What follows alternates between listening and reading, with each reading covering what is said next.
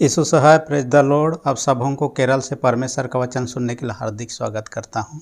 अक्सर बीमार होते हैं तो हम हॉस्पिटल या क्लिनिक जाते हैं या वैद्य के पास जाते हैं। हमारा गाड़ी यदि खराब होता है मैकेनिक के पास जाते हैं। लेकिन प्राचीन काल में ऐसा हॉस्पिटल क्लिनिक सब उतना नहीं था, जिसके कारण से लोग अपने ढंग का इलाज करते थे। लेकिन यीशु के पास में हर बीमारी का इलाज था, हर समस्याओं का समाधान था। इसलिए यीशु जहाँ कहीं भी होता था लोग भीड़ के भीड़ उमड़ पड़ते थे। इसमें से आज का वचन जो यूहन्ना 4 अध्याय उसका 46 से 54 में हम एक ऐसे पिता को देखने पाते हैं जो अपने बेटा जो बीमार हालत में मरने के कगार पर था उसको बचाने के लिए यीशु के पास में आता है, यीशु से निवेदन करता है और यीशु उनके बेटे को चंगाई देता है। तो आज का वचन में इसी को देखने पाते हैं।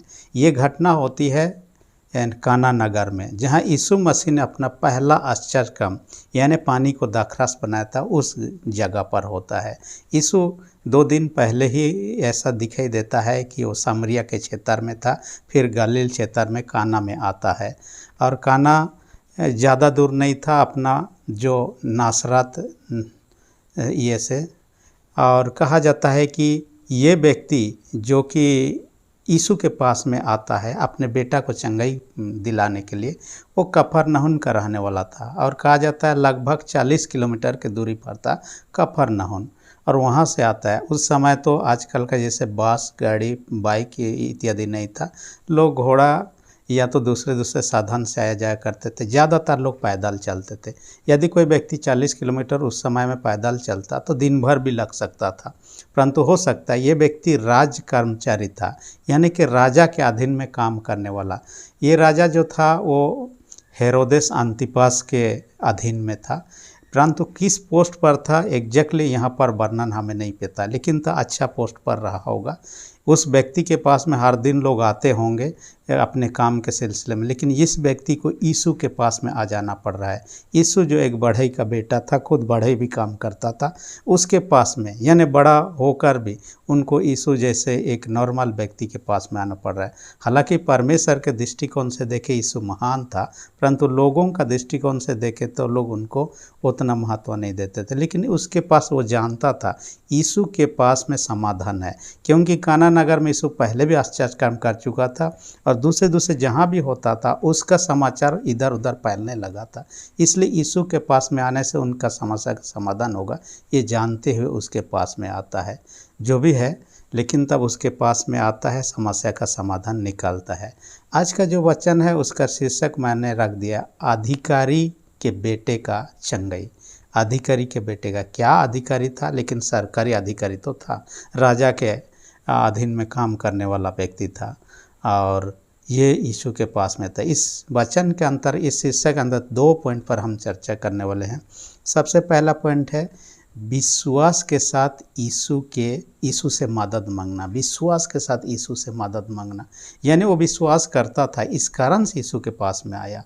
विश्वास नहीं करता तो वो आता नहीं।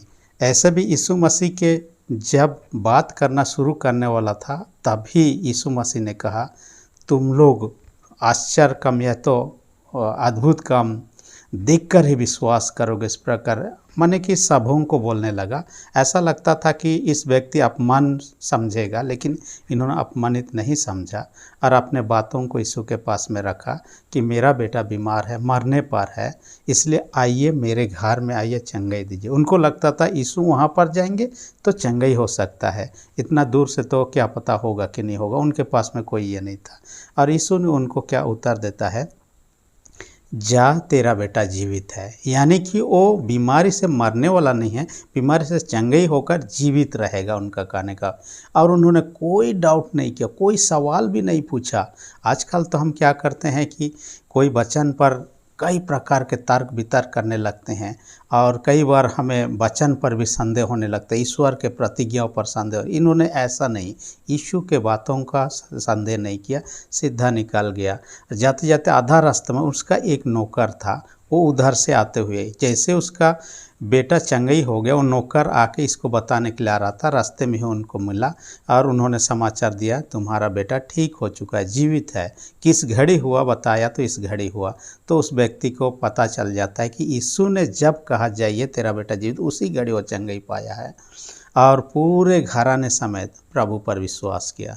देखिए, इस व्यक्ति एक उत्तम पिता का प्रतिनिधित्व करता है। अपने बेटे के लिए चिंता करना हर एक माता पिता कर्तव्य है, चाहे वो शारीरिक बीमारी हो, दूसरे आत्मिक रूप से किसी प्रकार का नशे का शिकार में, बुरी आदतों का शिकार में है, उनके लिए चिंता करना, उनको छुटकारा दिलाना। जैसे मृत्यु से यह व्यक्ति छुटकारा दिलाना चाह, हम भी अपने बेटा बेटियों को किसी प्रकार की ये में है, उनसे छुटकारा दिलाना माता पिता का कर्तव्य है। उनके लिए सोचना, उनके लिए उत्तम व्यवस्था करना, और इन्होंने ऐसा ही किया। एक उत्तम पिता को उन्होंने पहली बात विश्वास के साथ में आया, और विश्वास के कारण से यीशु मसीह ने उनके विश्वास को देखा और उनको चंगाई, वहीं से उनको जाना भी नहीं पड़ा उतना दूर।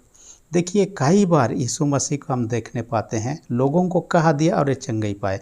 10 कोढ़ियों का वर्णन हमने पहले चर्चा किया है। 10 कोढ़ी लोग यीशु के पास आते हैं, यदि आप चाहे तो हमें शुद्ध कर सकता है। उन्होंने कहा, जाइए अपने आप को याजकों को दिखाइए। ये लोग जाने लगे और ठीक हो गए। कई ऐसे घटना हम बाइबल में देखने पाते हैं। उनको बोला गया, करने लगे और वे लोग चंगे हो गए। जो भी रहा, लेकिन तब इन्होंने अच्छा चंगाई पाया उसी घड़ी। आजकल भी आप देखिए, बीमार होते हैं तो हम कहाँ पर जाते हैं? हम लोग जो छोटा छोटा बीमारी नहीं होता तो बड़ा हॉस्पिटल जाते हैं, उससे भी नहीं होता है तो कई बार आप लोग भेलोर को जाते हुए लोगों को देखने पाते हैं, क्योंकि वहाँ पर और थोड़ा बेहतर इलाज हो सकता है। इसलिए देश के विदेश से लोग वहाँ इलाज के लिए आ जाते हैं, और वहाँ पर भीड़ हुजूम के हुजूम जमा हो जाता है, क्योंकि लोगों को अपने ये का समाधान चाहिए। लेकिन तब कई लोग प्रभु का आश्चर्य कर्मों को देखते हुए भी मन को कठोर किया और विश्वास नहीं किया। जैसे फारिसी लोगों का दल को हम जानते हैं, यीशु का गलती ढूंढना चाह रहे थे। यीशु का वचन सुनते थे, यीशु से उठना बैठना होता था, लेकिन ये लोग यीशु पर विश्वास नहीं करते थे। ऐसा नहीं होना चाहिए था। इस व्यक्ति ने जानता था, विश्वास किया था और चंगाई भी पाया। आपको एक घटना के बारे में आपने सुना होगा। यीशु का शिष्यों में से एक था अंद्रियास।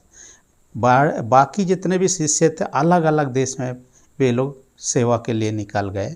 अंद्रियास भी कई देशों को होते हुए ग्रीस पहुंचता है।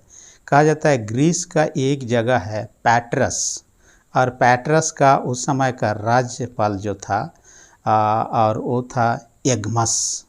और ये एगमस क्या करता था? यीशु पर विश्वास नहीं करता था, लेकिन उनकी पत्नी बीमार में थी।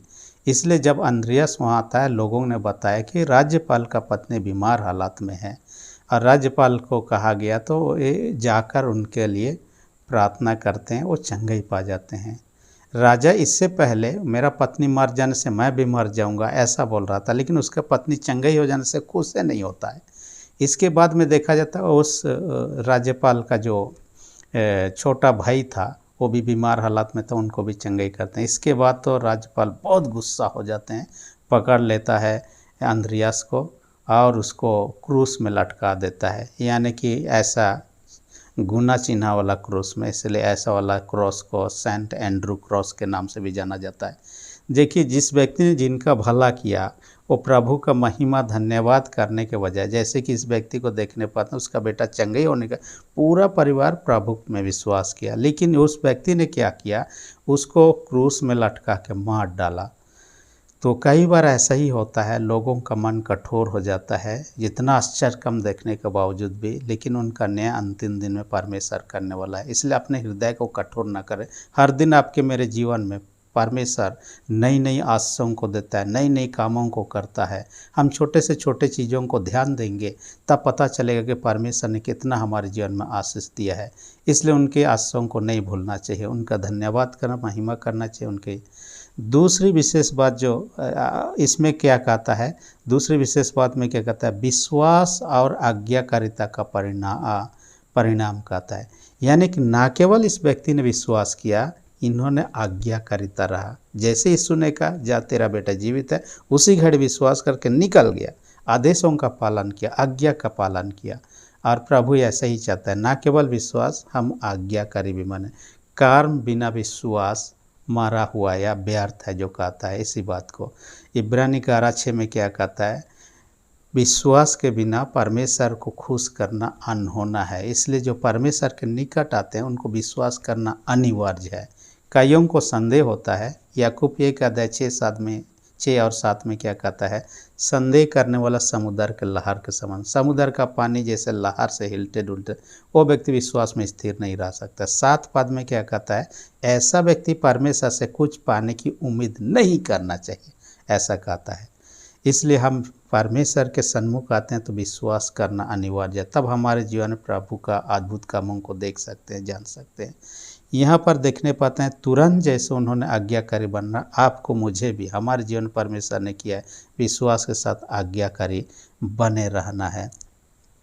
आप जानते हैं कि यीशु का क्रूस ढोने वाला व्यक्ति जो था समौन, जिन्होंने यीशु का क्रूस ढो के पहाड़ तक लेने में मदद किया, उस व्यक्ति यीशु को जानता नहीं था, लेकिन इतिहास में ऐसा बताता है उस घटना के बाद में जब अपने घर गांव घरों को लौट गया, पूरे परिवार समेत प्रभु में आ गया और कहा जाता है कि वह प्रभु का सेवक बन गया। उसके 2 पुत्रों का नाम रूफुस और सिकंदर, कहा जाता है वे लोग भी दूसरे देशों में सेवकाई के लिए जाते हैं।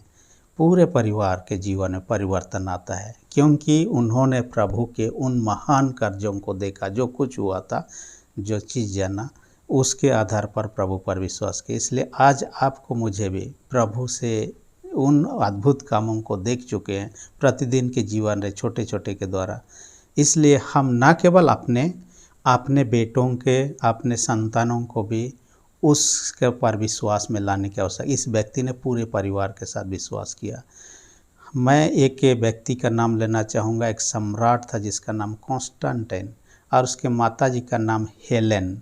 कहा जाता है कि हेलेन जी कॉन्स्टेंटाइन सम्राट से पहले जितने भी सम्राट रहे वे लोग मसीह विरोधी रहे, बहुत सताए लोगों को, बहुत नेरो सम्राट के बाद में जितने भी सम्राट लोग हैं सब सताहट किए।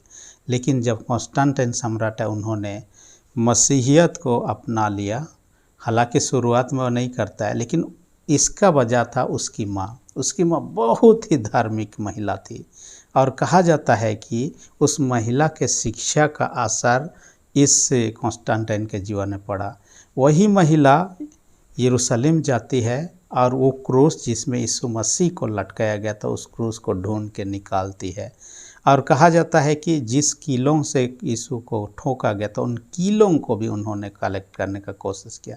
जहाँ पर यीशु को क्रूस काट में लटकाया गया वहाँ पर चर्च बनाने के लिए अपने बेटा राजा से, सम्राट से कहा, जहाँ पर यीशु का जन्म हुआ था उस जगह इत्यादि बहुत काम किया। और कहा जाता है कि इस महिला ने जो कीलों से ठोका गया था यीशु मसीह, अपने बेटा के लिए जब हेलमेट, लड़ाई के लिए हेलमेट पहना जाता था, वो हेलमेट बनाने में इन कीलों का टुकड़ा का भी इस्तेमाल करने का, ताकि यीशु उनको रक्षा करेगा लड़ाई में। हालांकि यीशु पर विश्वास करने के बाद में उनको कुछ होता नहीं है, लड़ाई में जीत हासिल करता है। इन बातों को हम जानते हैं और कितने दूर तक ये है इतिहासकार अपने ढंग से वर्णन करते हैं। और कहा जाता है जिस घोड़े का इस्तेमाल करता था उसमें भी उसका टुकड़ा इस्तेमाल किया। जो भी रहा, जैसे भी रहा, लेकिन एक धार्मिक महिला थी, अपने बेटा को सही रास्ते पर अगुवाई किया। इसलिए आप देखिएगा निकाया का विश्वास वाक्य, निकाया नामक जगह में संसार के सारे धर्म अगुओं को बुलाता है और 1 सप्ताह का मीटिंग करता है और वहाँ पर एक विश्वास दर्पण बनाया जाता है। विश्वास वाक्य से निकाया का विश्वास वाक्य के नाम से जाना जाता है। जो भी रहा, इस व्यक्ति से हम सीखें, अधिकारी के जीवन से सीखें। एक अधिकारी होते हुए प्रभु के करीब आता है, रिक्वेस्ट करता है, उसमें विश्वास करता है, आज्ञाकारी बनता है, अपने बेटा के लिए चिंता करता है। हम भी अपने परिवार के बेटा बेटियों के लिए चिंता करें, उनका उत्तम व्यवस्था के लिए, साथ ही पूरे परिवार प्रभु में बने रहने का अगुवाई करें। परमेश्वर ऐसा करने में आपके हमारी सहायता अगुवाई करें। आमीन। हम प्रार्थना करें। सेनाओं के जीवित पिता धन्यवाद देते हैं, आज के वचन का हमसे बातें किया। हर एक सुनने वाले छोटे बड़े सबों को स्वर्गीय आशीष से भर दे। जो लोग बीमार उनको यीशु के नाम से चंगाई दे। जिनका विश्वास कमजोर उनके विश्वास को दृढ़ मजबूत कर। प्रार्थना यीशु के नाम से मांगते हैं। आमीन। यदि अब तक आपने मेरे चैनल को सब्सक्राइब नहीं किसी घड़ी सब्सक्राइब कर दीजिए। वीडियो अच्छा लगे तो लाइक बटन को भी दबा दीजिए। धन्यवाद।